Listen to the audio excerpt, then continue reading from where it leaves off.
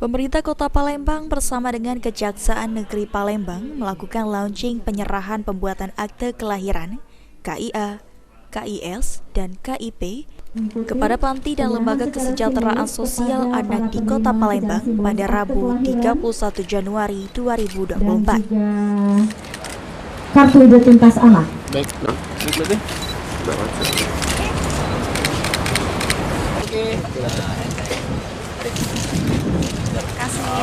Lagi Pak. Oh, deh. Ya. Dalam kesempatan tersebut, PJ Wali Kota Palembang Ratu Dewa mengatakan launching ini merupakan arahan dari Presiden. Kegiatan ini sendiri akan digencarkan di tingkat kelurahan hingga kecamatan. Mengantisipasi pungli, kembali ditekankan jika penerbitan akte kelahiran, KIA, KIS, dan KIP gratis. Jika ada oknum yang melakukan pungli, tim Siber Kejari dan Polrestabes diminta segera melakukan penangkapan. Tapi ini sebagai launching awal sesuai dengan yang sudah diinisiasi oleh Kejari Kota Palembang. Nah, petugas kita di lapangan akan bergerak ke seluruh tingkatan.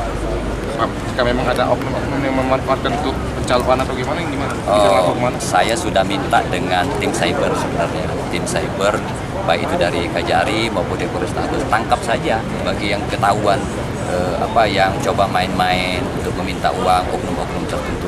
Saya sudah dari awal tidak pandang bulu yang demikian ya. Sementara itu, Kepala Kejaksaan Negeri Palembang Johnny William Pardede menyampaikan jika pihak kejaksaan akan melakukan pendataan penerbitan akte kependudukan secara kesinambungan. Mengantisipasi pungli pada penerbitan akte, pengawasan akan diperketat. Nah, untuk kembali kepala integritas dari personel menjalankannya, pengawasannya tentu akan berkolaborasi dengan Inspektorat, Kejaksaan sendiri maupun dengan Polres. Berdasarkan data pemerintah Kota Palembang, KIA tercatat sudah di angka 51,32% dari target 490.855. Sementara siswa yang mendapatkan KIP sudah di angka 53.845. Untuk SD 24.779, untuk SMP dan warga Palembang yang mendapatkan KIS di angka 169.919 dari APBD dan 668.111 dari APBN. Sandi Pratama, PAL TV.